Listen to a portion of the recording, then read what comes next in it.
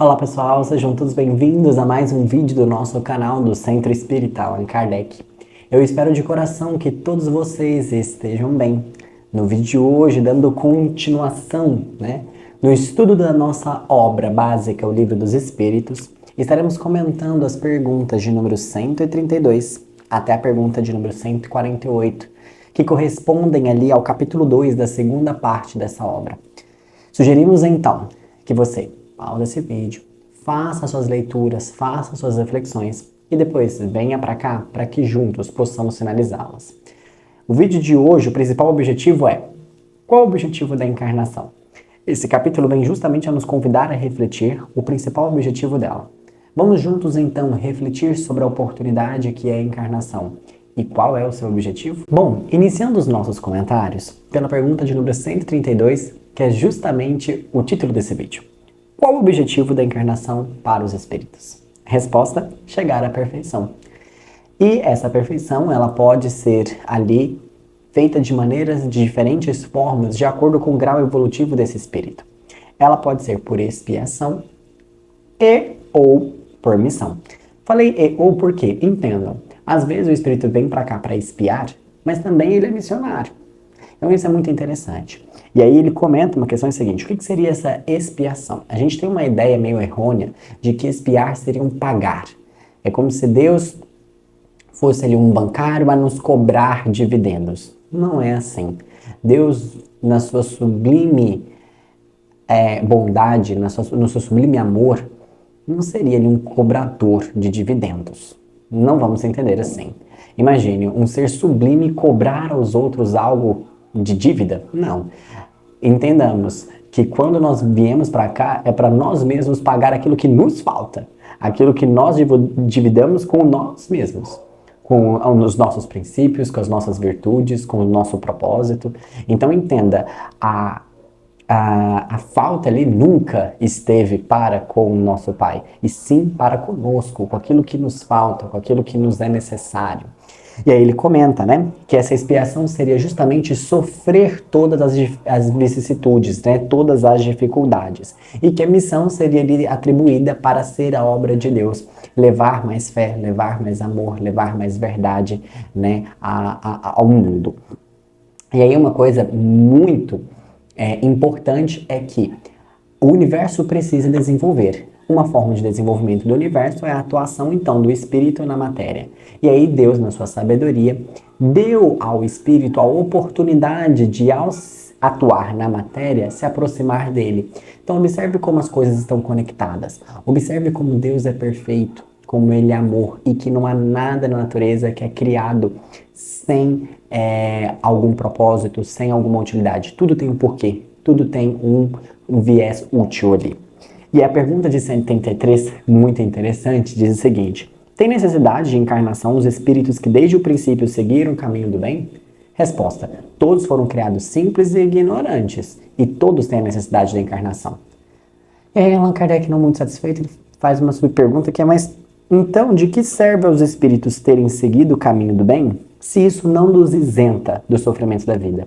E antes de ler a resposta, nós precisamos desvincular a ideia de que se eu faço bem eu não sofro, se eu faço bem eu não vou ter dificuldade. E entenda, uma coisa não está ligada com a outra. Nós precisamos entender que existem dificuldades na nossa vida que são consequência das nossas atitudes ruins. Ponto. Mas existem também aquelas dificuldades que vêm para nos ser meio de provação. Como assim provação?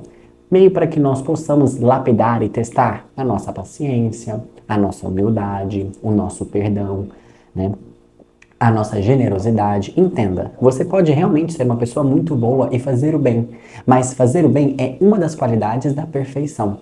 Além dessa questão de fazer o bem, nós precisamos desenvolver as nossas qualidades morais, ou seja, as nossas virtudes. E para isso precisamos passar pelas dificuldades. Entenda, uma pessoa que age somente no bem, ela precisa das dificuldades para que ela prove, para que ela lapide as suas virtudes. Olha a resposta. Chegam mais depressa ao fim, aqueles, que agem sempre no bem. Demais, as aflições da vida são muitas vezes consequência da imperfeição do espírito. Quanto menos imperfeições, menos tormentos. Aquele que não é invejoso, nem ciumento, nem avaro, nem ambicioso, não sofrerá as torturas que originam desses defeitos. Em outras palavras, ele está justamente nos mostrando, quando a gente pensa na inveja, na ambição, que a gente pensa no ciúme, no avaro, está justamente no polo oposto das virtudes, da humildade, da fraternidade, do altruísmo. Ou seja, aquele que tem as virtudes já desenvolvidas não sofre por aqueles que não as têm. Em outras palavras, o que nós precisamos entender? Um ser perfeito, uma das suas qualidades é ser benevolente, é fazer o bem. Mas, além disso, ele tem que buscar desenvolver as suas virtudes e a sua intelectualidade. Por isso a necessidade da encarnação. Mas ele comenta, aquele que age sempre no bem, chega mais rápido no propósito, uma vez que é como se fosse uma criança mais dócil, aprende mais rápido com a vida. Olha que interessante. Eu gosto muito dessa analogia. Imaginemos, eu tenho uma criança dócil que aprende muito bem com os pais, que aceita, não numa ideia de submissão, tipo, abaixa a cabeça, mas não, nossa, isso aqui realmente é o melhor para mim, isso aqui realmente é mais amor, isso aqui realmente traz mais bondade. Ela tem mais abertura para com a vida. Aprende rapidamente. Agora, aquele que, não é assim, eu não sei o quê, é do meu jeito. Esse sofre muito. Por quê? Porque ele vai contra ao segmento da vida natural, que é a evolução. E aí vem momentos de crise, de tormento, de angústia, e é o que ele comenta. Quanto mais imperfeito, mais tormento. Quanto menos imperfeito, menos tormentos. E aí eles dão sequência falando a respeito sobre a ideia da alma, que a alma para nós espíritas, né, é o espírito encarnado. Devemos lembrar que nós somos compostos basicamente por 3 constituições básicas. O nosso corpo, que é um amontoado de matéria, é o veículo na qual o espírito consegue atuar no mundo material. O perispírito, que é semimaterial, ou seja, olha que interessante isso, é essa transição, esse intermediário entre o mundo material e o invisível, né, o imaterial e o material, perdão, que permite essa conexão. Existe o perispírito, que ele é semimaterial, formado de algo do intermédio entre os dois mundos, e é graças a esse intermediário que um consegue atuar sobre o outro. Olha como que a natureza era perfeita, olha esse estado de intransição, né? Esse estado de intermediários ali que existem. E aí ele comenta uma coisa muito interessante, que é o seguinte: existe corpo sem alma? Sim. Mas é aquele amontoado ali de matéria, não tem inteligência, ele não tem vida ali no sentido de pensar, de ser um ser pensante. O que atribui pensamento, o que atribui inteligência é justamente a alma. Assim como também, tem como existir a alma sem corpo.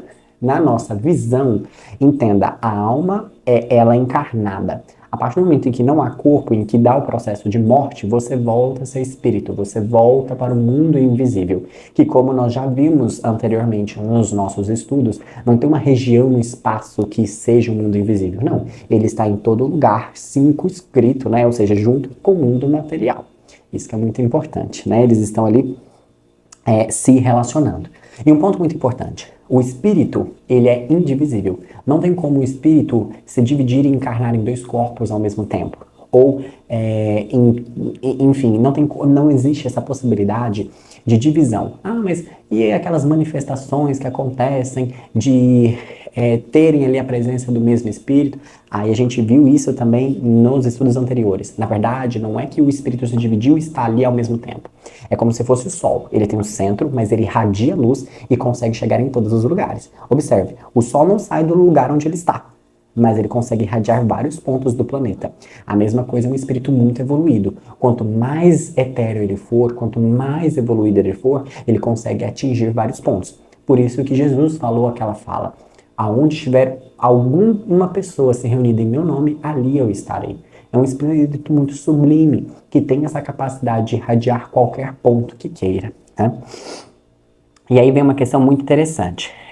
Existe algum lugar em que a alma aqui no nosso corpo esteja ali e que se encontre? A gente tem muito uma noção de na alma no coração, ou a alma, né, na cabeça. Tem alguma região onde ela está ali circunscrita?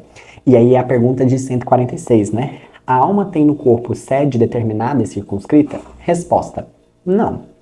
Porém, nos grandes gênios, né, nas pessoas muito inteligentes, em todos que pensam muito, ela reside mais particularmente na cabeça. ao passo que ocupa principalmente o coração naqueles que sentem muito, e cujas ações têm todas por objetivo a humanidade. Aí ele coloca, né? A sede da alma se encontra especialmente nos órgãos que servem para as manifestações intelectuais e morais. Em outras palavras, você já viu aquela ideia que diz o seguinte: me diga onde está o teu tesouro, que ali estará a tua alma? É essa a ideia. O que eles estão querendo aqui nos dizer é o quê? A nossa alma, ela está em toda parte do nosso corpo, porque o corpo é um veículo. Ela pode estar na sua mão, se você é uma pessoa que através das suas mãos você faz o bem. Ela pode estar no seu coração, se você é uma pessoa que sente muito. Ela pode estar na sua mente, porque você é uma pessoa que pensa, que busca estudar muito. Em outras palavras, nós devemos entender que o corpo físico é um veículo de manifestação da nossa alma. E a nossa alma, o nosso espírito, a nossa essência, aquilo que nós buscamos, né, desenvolver, é lembrarmos daquela frase: me diga onde está o teu tesouro e ali estará o teu coração, estará a tua alma. Essa ideia quer dizer o quê? A nossa alma está ligada a alguma coisa. E nós devemos tirar esse momento e pensarmos: aonde a minha alma vai? O que ela gosta? O que ela tem afinidade? O que ela busca? E isso é uma questão muito interessante. Nós devemos observar que, se a nossa alma geralmente ela está ligada muito com o mundo material, uma alma muito ligada para a matéria, ela sofre muito, porque a matéria está em constante transformação, está em constante mudança e a matéria acaba. E a nossa alma não. Então é interessante nós pensarmos: aonde está o meu tesouro? O que a minha alma está familiarizada? Com o que ela tem afinidade? Cabe muita reflexão e nos convida a mudar os nossos pensamentos, né? Então, a alma não se acha encerrada no corpo. Ela irradia e se manifesta exteriormente.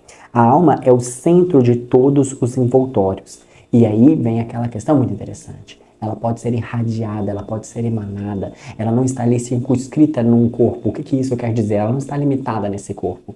E uma coisa que eu acho muito interessante: você já viu que às vezes está ali pensando e tal, mas a sua alma está em outro lugar? Como diria o senso popular: estou lá no mundo da lua, porque sua alma está lá. O seu corpo está aqui presente, mas a sua alma está em outro lugar. E aí cabe uma reflexão muito interessante. Vocês já observaram que talvez existem seres que não estão aqui fisicamente, mas a sua alma está em todo lugar? Quer ver um exemplo? Jesus Cristo. Não tem uma pessoa que venha para a Terra que não saiba quem é Jesus Cristo. Olha o impacto que essa alma produziu e produz diariamente nos nossos dias aqui na Terra. Não tem um indivíduo que venha para cá e não tenha ouvido esse nome. Olha o impacto que ela possui. Olha a manifestação de amor que ela está aí a todo momento a nos convidar. Vejamos a alma, por exemplo, de Deus. Olha que interessante isso. A alma ali suprema de todas as coisas, que está em todas as coisas, nos envolve com seu amor. Então é nesse momento que nós devemos pensar assim: a sua alma não é limitada ao seu corpo. Ela é muito maior do que isso. Ela está nas suas palavras, ela está nas suas atitudes, ela está no seu pensamento, ela é emanada e irradiada. A pergunta é: para onde temos emanado, para onde temos irradiado a nossa alma? O que temos feito com ela? Uma questão que é muito interessante. Pelas suas obras vos conhecerei. Por quê? Porque na sua obra você deposita uma parte da sua alma ali. Você mostra como você é. Você deixa ali uma marca da sua obra. Já viu aquela ideia, né? Pela obra se conheceria o obreiro. Essa é muito interessante. Cabe essa reflexão, cabe esse momento de introspecção e pensarmos: qual tem sido as minhas obras e o que elas dizem sobre mim? E aí vem uma questão muito interessante. Na pergunta 142, vem uma questão assim: a alma numa criança se vai completando à medida que ela vai se desenvolvendo? Resposta: cuidado, isso daí é tomar o efeito pela causa. Como assim? Nós vemos o efeito que é a criança, à medida que ela vai evoluindo, né, saindo da infância, criança, adolescente, o adulto. A limitação não está na alma. O espírito ali, ele é uno, ele não tem deficiência, ele não está ali limitado. A questão é o quê? Nós temos ali um corpo material limitado. Nós temos uma limitação no corpo que vai se desenvolvendo biologicamente, permitindo que aquele espírito, à medida que aquele corpo se desenvolve, se manifeste integralmente. O que ele quer dizer com isso? Não tome efeito pela causa. Ah, como assim? Tem uma limitação, então, ali no corpo físico, então isso quer dizer que o espírito está limitado. Não, o espírito é único, o espírito ele é completo, mas a ideia da sua impossibilidade, talvez, de manifestação, não seja porque ele seja limitado, mas é porque o veículo na qual ele está inserido possui essa alimentação. E isso é uma questão muito interessante que nos leva a uma seguinte reflexão. Já parou para pensar que muitas das vezes nós, nas nossas limitações, usamos essas limitações para limitarmos os outros e buscamos não compreender os outros? O que eu quero dizer com isso? Imaginemos pessoas deficientes, pessoas especiais. Eu acredito muito que a limitação esteja em nós, porque nós temos ainda a dificuldade de compreender essas pessoas. Falta em nós algo a mais para compreendermos essas pessoas. A limitação não está nelas, está em nós. Em enxergarmos ela com outros olhos, em tentarmos buscar a essência delas ali. Porque, como a doutrina espírita nos explica, quando o corpo acabar, quando voltarmos ao espírito que é uno, o que eu vou ter enxergado daquela pessoa? O que eu realmente vi? A limitação está naquela pessoa ou está nos meus olhos? Está no meu coração? Que não me impede ver inteligência, que não me permite ver amor, que não me permite ver bondade em alguns indivíduos. Já pararam para pensar sobre isso? É muito comum, por exemplo, nós termos falas muito infelizes do tipo: o fulano, devido à limitação dele, ele nunca vai conseguir amar. O fulano, ele não consegue ter senso de inteligência. Cuidado, cuidado. Observemos, talvez esses irmãos sejam instrumentos de graça. Já pararam para pensar sobre isso? Nós espíritas temos muito a mania, né, de virar e falar assim: ele tá espiando, ele tá pagando.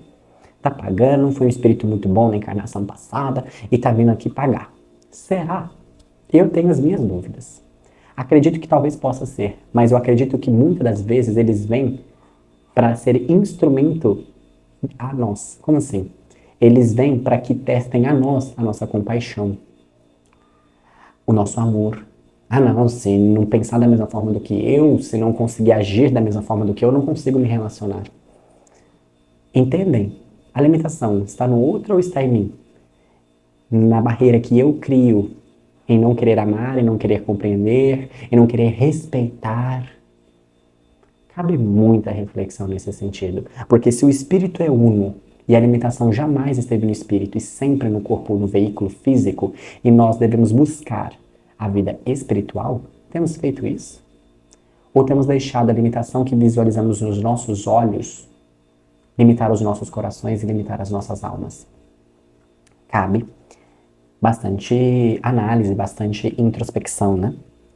E aí, achei muito interessante essa pergunta, que refere-se àquela questão do materialismo, né? Que o Allan Kardec virou e falou o seguinte: por que muitas pessoas, quando estudam muito, vão muito por meio da ciência, geralmente se tornam ateus, geralmente se tornam materialistas? Eles falam: opa, cuidado, não é muito bem assim.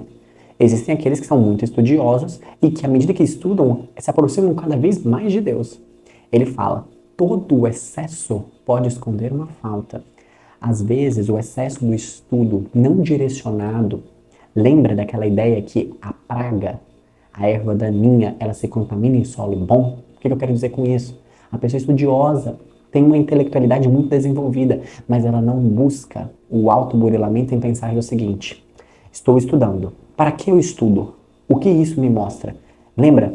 É aquela ideia de visualizar só num único ponto. Imagine, você quer ver todo o universo. Para você conseguir ver todo o universo, você tem que dar a volta e observar por todos os ângulos. Aquele que visualiza um único ponto vê só um único pedaço do universo. O que eu quero dizer com isso? O materialismo ele surge a partir do momento em que o orgulho sobe muito e nós consideramos um único ponto de vista sendo aquele na qual a gente entende. E a gente exclui todos os demais. Isso daí é de uma ignorância tremenda, porque nós estamos nos aprisionando no nosso próprio saber. Em outras palavras, julgamos que sabemos, sendo que na verdade não sabemos, e nos limitamos a saber mais. É aquela analogia que nós sempre falamos aqui, eu gosto muito: copo cheio. O copo cheio ele não tem possibilidade de colocar mais água. Não sejamos copos cheios, sejamos sempre copos vazios. Por quê? Sempre há a possibilidade de colocar cada vez mais água. Aquela frase socrática, muito falada, porém pouco entendida, né? Só sei que nada sei. Isso é de uma sabedoria. Uma pessoa que se considera que não sabe de nada é uma pessoa muito sábia. Por quê? Porque a partir do momento em que ela admite que ela não sabe de nada, que ela está aqui para aprender, ela tem a possibilidade de aprender com qualquer um, a qualquer momento. Ela não se limita. Ela não se fecha para o mundo, ela está aberta. E a pergunta de número 148 é justamente sobre isso, olha lá. Não é de lastimar que o materialismo, né, aqueles que acreditam que tudo é na matéria, que não existe alma, que morreu, acabou tudo, né, seja uma consequência desses estudos que deveriam, contrariamente, mostrar ao homem a superioridade da inteligência que governa o mundo? Deve-se daí concluir que esses estudos são perigosos? Olha a resposta. Não é exato que o materialismo seja uma consequência desse estudo. E concordo muito com isso daqui. Por quê? Quantas pessoas estudam e não são materialistas? Porque elas veem, por exemplo, a minha formação aqui nessa encarnação é de cientista. Tenho estudado muito voltado para a área da ciência, na área da química. E eu vou falar uma coisa para vocês. Quanto mais eu estudo, mais eu vejo quanto a criação é inteligente. Enquanto que não existem acasos, que não existem... Deus não joga dados com o universo. Não, está tudo muito bem alinhado. A natureza é inteligente. Existem leis ali perfeitas. Se a água é H2O, é porque tem uma explicação do porquê dela ser H2O e não ser H2O4. Tem uma explicação. Tudo é lógico, tudo é racional, tudo é inteligente. Deus nos ama até nos mínimos detalhes. Ele não é preguiçoso. Ele não foi lá, isso aqui. Não, ele lapidou cada partezinha, isso é fantástico. Ele fala, não é exato que o materialismo seja uma consequência desse estudo. O homem é que deles tira uma falsa consequência, pela razão de lhe ser dado abusar de tudo, mesmo das melhores coisas. Vamos lembrar? Caminho da direita e caminho da esquerda, os extremos. Busquemos o caminho do meio. A inteligência tem aqueles que buscam a ignorância, mas tem aqueles que vão pelo lado excessivo de mais inteligência e abusam dela, buscando a ideia do quê? Tudo que eu sei é verdade, fora daquilo que eu sei não é. E isso é um absurdo. Pensa. Não, tudo que eu considero que eu sei é verdade. O que eu não sei não é verdade. Isso é uma limitação muito grande, porque a partir do momento que você chega a uma constatação de que tem muita coisa que você não sabe, imagine, se tudo isso não fosse verdade, né? Allan Kardec tem uma fala que eu gosto muito que é cuidado. Aquilo que você não entende, que você não vê, não significa que não exista. E isso é muito interessante. Quantas vezes, por exemplo, nós não paramos para pensar na seguinte ideia, quer ver? O fogo sempre existiu. A eletricidade sempre existiu. Só que o homem demorou muito tempo para descobrir, para chegar a essa descoberta. Entendem isso? Sempre esteve ali. Mas o homem demorou um certo tempo. Isso significa que elas não existiam? Não. Só estavam esperando o momento certo que esse homem se desenvolvesse para então entendê-las. Continuando com a resposta. Pela razão de lhe ser dado, né, abusar de tudo, mesmo das melhores coisas. Acresce que o nada os amedronta mais do que eles queriam que parecesse. E os espíritos fortes quase sempre são antes fanfarrões do que bravos. Na sua maioria, só são materialistas porque não têm com que encher o vazio do abismo que diante deles se abre. Ou seja, uma tentativa de querer explicar tudo e querer ter domínio de tudo, veio a ideia da sorte, do azar, do nada, do tipo, morreu, acabou tudo, e é isso, né? Mostrar-lhes uma âncora de salvação, e a ela se agarrarão presunçosamente. Então, olha que interessante isso. E pessoal, vamos refletir aqui um pouquinho. Nós temos algo no nosso instinto que fala que a morte é só uma passagem. Se realmente acabasse tudo, qual seria o sentido do bem e do mal? Qual seria o sentido da religião? Qual seria o sentido de céu e inferno? Qual seria o sentido de buscarmos desenvolver virtudes? Entenda, há algo dentro de nós que grita, nos falando que somos imortais e que temos um propósito, que devemos buscar sim ser pessoas virtuosas, que devemos buscar sim aproveitar esse momento aqui que chamamos de encarnação. Refletemos sobre isso. Temos feito o nosso papel na vida? Com relação a essa ideia, a ideia do nada, do horror, realmente, ela nos amedronta. Falar que morreu, acabou tudo, então qual seria o propósito da vida? Bom, é com essas reflexões que nós encerramos esse capítulo e essas perguntas. E aqui fica uma questão, uma reflexão muito interessante. A perfeição não está ligada somente com a prática das atitudes do bem. Lembre-se, os espíritos que sempre agiram no bem também têm a necessidade da encarnação. Por quê? Através das dificuldades nós nos instruímos. Lembre-se sempre daquela fala que nós estamos aqui batendo a tecla. As dificuldades não vêm para nos derrubar, vêm para nos promover. Assim sendo, Pergunte a si mesmo, dialogue com a vida, dialogue com você. O que a vida tem tentado me ensinar? O que eu preciso melhorar? Qual virtude eu preciso desenvolver? Converse consigo mesmo, converse com Deus, abrace esse amor que está a todo momento a nos convidar a sermos pessoas cada vez melhores. São com essas reflexões que eu me despeço de vocês. Agradeço por terem assistido o vídeo até aqui.